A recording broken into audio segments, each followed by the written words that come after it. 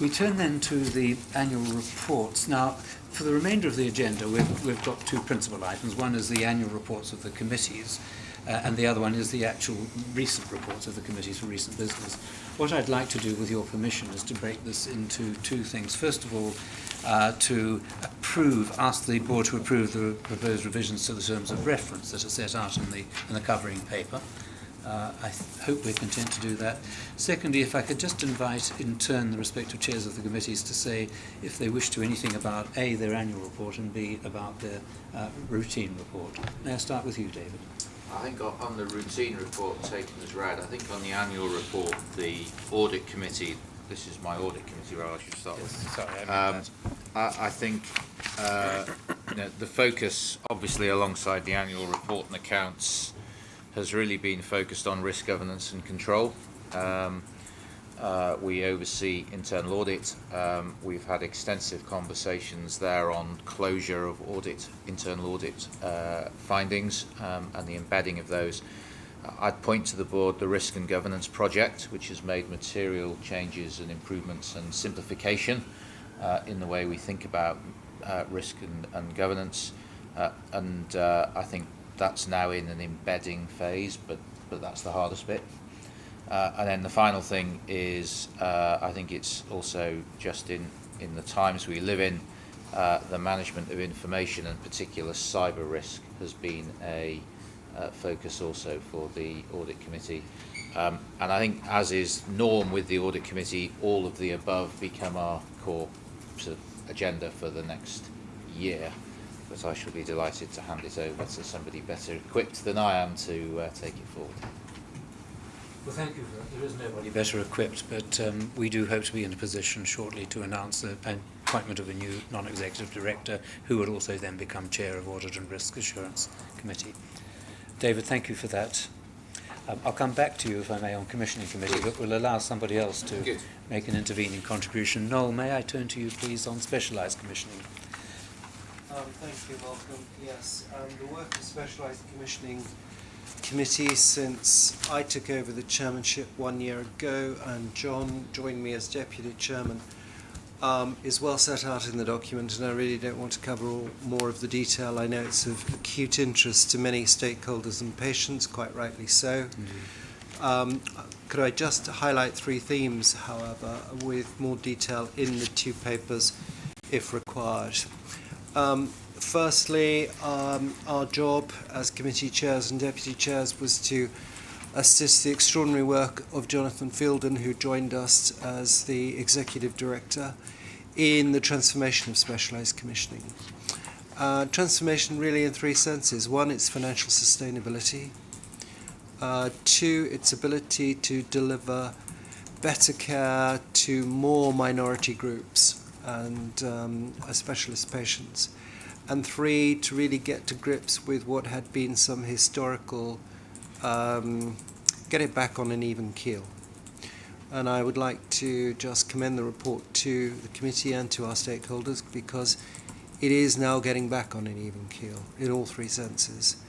You know that we are at the tip of the spear for many of the financial pressures that come through innovative drugs and devices.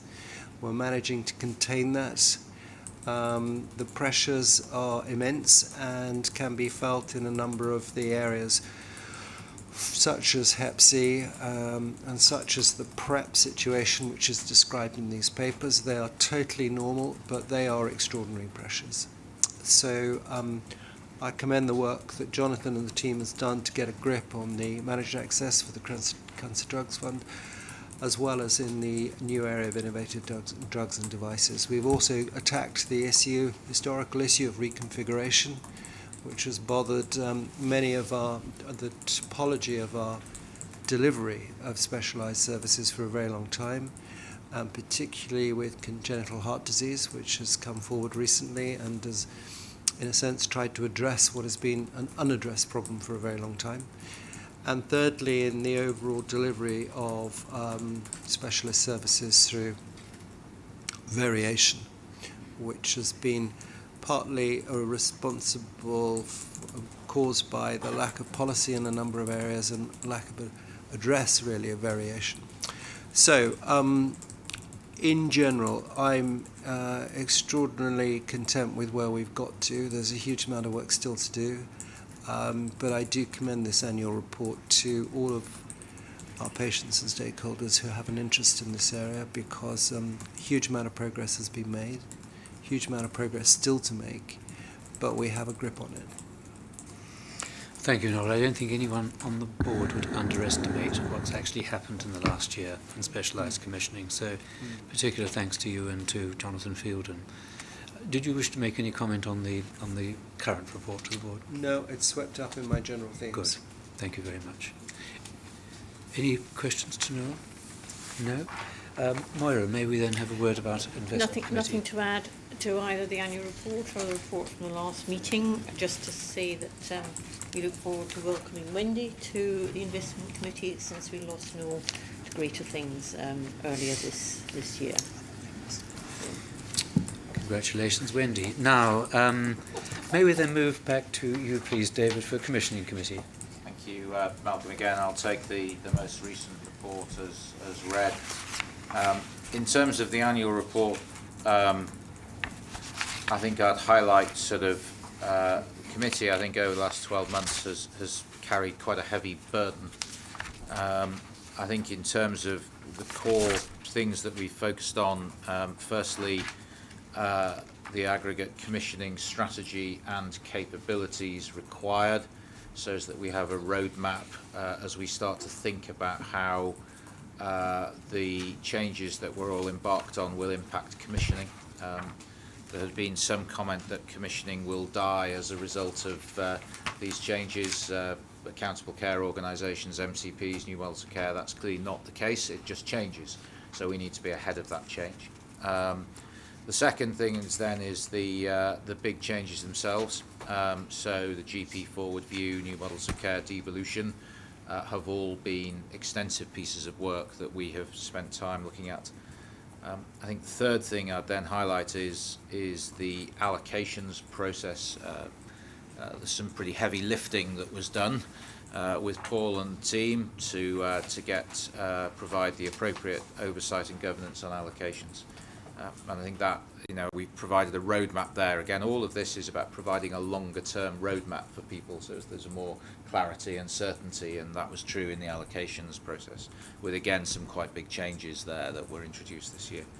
And then finally, not to be underestimated, the CCG assurance process, where we've gone through significant change and just the day-to-day financial management of trying to, as Simon highlighted, successfully land a £101 billion last year, £105 billion, £106 billion, sorry, that was quite an important gap. 106.5, I think. That 0.5 might be quite relevant as we come to the end of the year.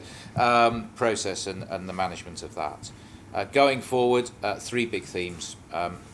The transformation programs, the design and delivery of those, and this is very much a year of delivery. Therefore, our focus is absolutely on: are we prepared? Are we ready to deliver? Is the quality right, etc.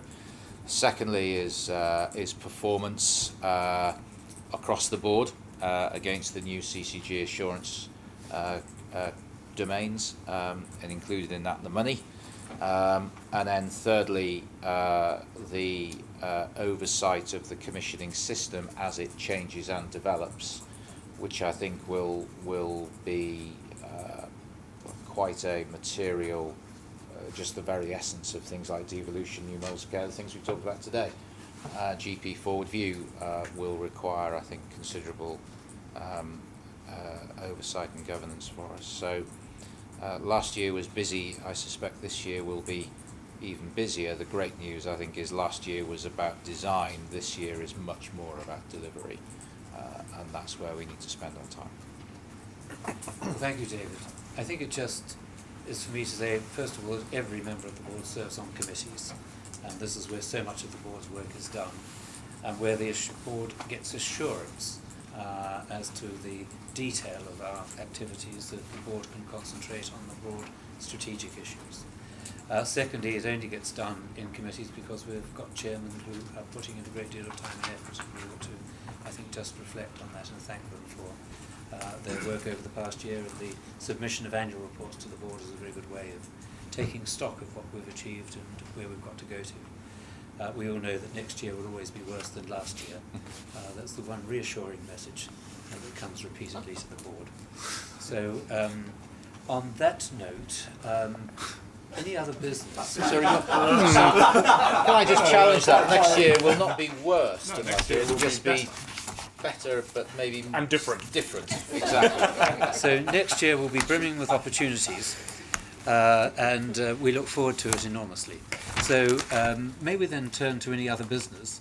I have only two items. One is to remind the board that our AGM is on the 25th of October, and we will bring to the AGM our annual report and accounts. And secondly, Jane, you had an issue that you wished to raise. Yes, thank you, Chair. I just wanted to use this opportunity to make a public tribute to Dr. Kate Granger, who died last Saturday.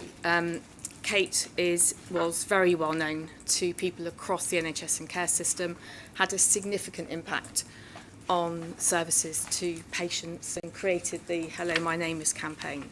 She also did an awful lot to break down the barriers about talking openly about living with a terminal illness and dying, and her contribution and her support and input into care was just absolutely amazing and inspirational. So she will be very sadly missed, but I think her contribution will continue to grow, and I think the Hello, My Name Is campaign will continue.